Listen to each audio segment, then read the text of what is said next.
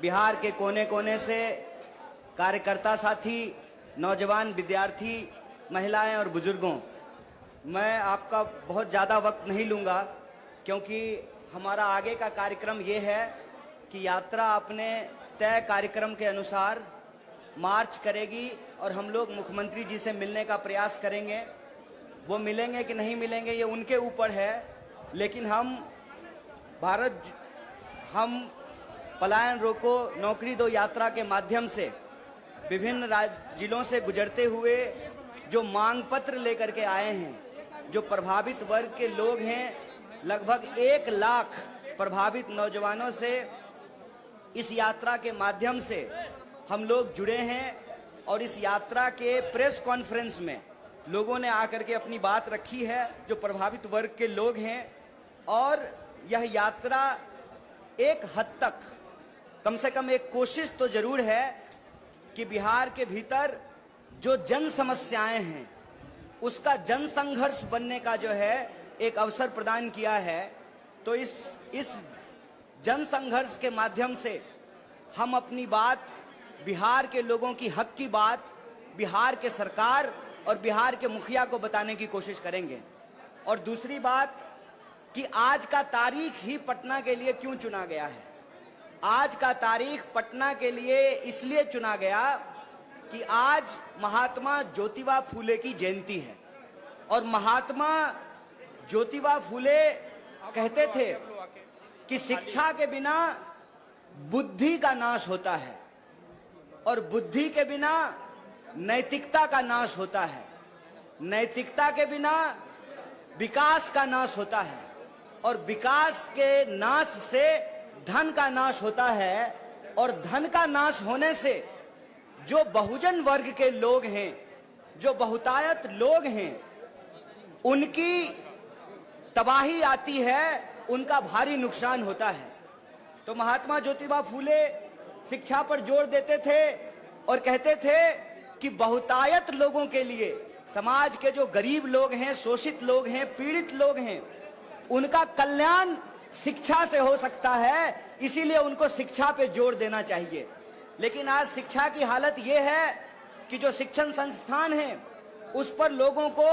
भरोसा नहीं है, जो सरकारी शिक्षण संस्थान हैं, और उसमें जो पढ़ने वाले लोग हैं जिस तरीके से वो पढ़ते हैं कि वो मजबूर हैं शिक्षा की कमी के चलते पलायन करने को लेकर के। जब शिक्षा नहीं मिलेगी तो रोजगार भी नहीं मिलेगा और जब रोजगार नहीं मिलेगा तो परिवार और समाज का विकास भी नहीं होगा। और ये शिक्षा की कमी, रोजगार की कमी, कानून व्यवस्था की कमी आज हमको इस राह पर ला करके खड़ा किया है कि भारी संख्या में लाखों लोग बिहार से पलायन करते हैं, अपनी जरूरत को पूरा करने के लिए दूसरे राज्यों में जाते हैं। और यह जो पलायन है इसके बारे में याद रखिएगा कि ये सिर्फ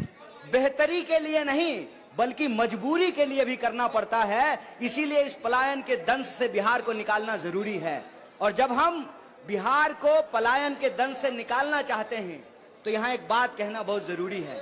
आज देश में एक साजिश चल रही है कि शोषण के खिलाफ जो ऐतिहासिक संघर्ष रहा है उन ऐतिहासिक संघर्षों को भुला दिया जाए। जो वंचित वर्ग के लोग हैं, जो गरीब हैं, जो शोषित हैं, जो पीड़ित हैं, उनके मन में यह विश्वास बैठा दिया जाए, ये भ्रम बिठा दिया जाए कि आज के इस शोषण के दौर से लड़ा नहीं जा सकता है।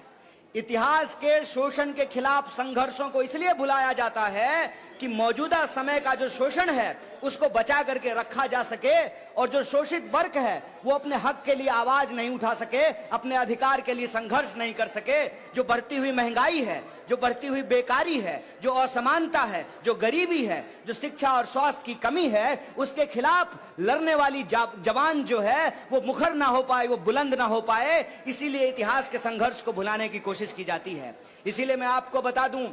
कि सरकार ने, सेंसर बोर्ड ने महात्मा ज्योतिबा फूले और माता सावित्रीबाई फूले के ऊपर जो फिल्म बनी उस फिल्म पर रोक लगा दिया, उसको प्रतिबंधित कर दिया। हम कहते हैं कि जब तमाम तरह का फाइल बन रहा है, पता नहीं केरल फाइल, लंदन फाइल, कौन कौन सा फाइल बन रहा है, तमाम तरीके की सरकार की प्रोपेगेंडा फिल्में जब बन रही है तो महात्मा फूले और ज्योतिबा फूले और सावित्रीबाई फुले के ऊपर जो बनने वाली फिल्म है उसको क्यों बंद किया गया है? उसको इसलिए बंद किया गया है कि देश के भीतर जो शोषित पीड़ित लोग हैं वो अपनी आवाज को बुलंद नहीं कर सकें। इसीलिए हम आप तमाम बिहार के नौजवानों और विद्यार्थियों से अपील करते हैं, कांग्रेस पार्टी के एक एक कार्यकर्ता से अपील करते हैं, साथियों हमारे कंधे पे एक बहुत बड़ी जिम्मेवारी है। हमारे कंधे पे जिम्मेवारी है इस देश की आजादी को बचाने का, हमारे कंधे के ऊपर जिम्मेवारी है इस देश के संविधान को बचाने का। और हमको यह जो काली टोपी का काला कारनामा है इसके खिलाफ व्हाइट टी शर्ट पहन करके, न्याय योद्धा बन करके, संविधान सेनानी बन करके हमको अपने आजादी की रक्षा करना पड़ेगा, हमको अपने देश और संविधान की रक्षा करना पड़ेगा। इसीलिए बिहार के भीतर, देश के भीतर अगर कहीं कोई अन्याय होगा तो कांग्रेस पार्टी का एक एक कार्यकर्ता जो संविधान में भरोसा करता है, इस देश में जिसको भी संविधान के ऊपर भरोसा है, जो इस देश की आजादी को सही समझता है, जिसको लगता है कि देश की आजादी ने यह अधिकार दिया है कि अमीर और गरीब का वोट बराबर किया है, यह देश जितना अमीरों का है उतना ही गरीबों का है, इस बात में जो भरोसा करने वाले लोग हैं, जो नफरत को हरा करके मोहब्बत को जिताने वाले लोग हैं, उनको एकजुट होना पड़ेगा, उनको कांग्रेस की विचारधारा से जुड़नी पड़ेगी, कांग्रेस का हाथ मजबूत करना पड़ेगा। क्योंकि कांग्रेस की लड़ाई अन्याय के खिलाफ न्याय की लड़ाई है, कांग्रेस की लड़ाई गुलामी के खिलाफ आजादी की लड़ाई है, कांग्रेस की लड़ाई इस देश में जो ऊंच नीच की व्यवस्था है उसको समाप्त करके समानता को स्थापित करने की लड़ाई है। इसीलिए मैं आप तमाम साथियों से आग्रह करता हूं कि यह यात्रा, यह अंतिम बात मैं आपसे बोल रहा हूं, यह यात्रा आज समाप्त नहीं हो रहा है, इस बात को याद रखिएगा। ये अंजाम नहीं है, आगाज है, इस बात को याद रखिएगा। इस बात को याद रखिएगा कि बिहार जब जब करवट लेता है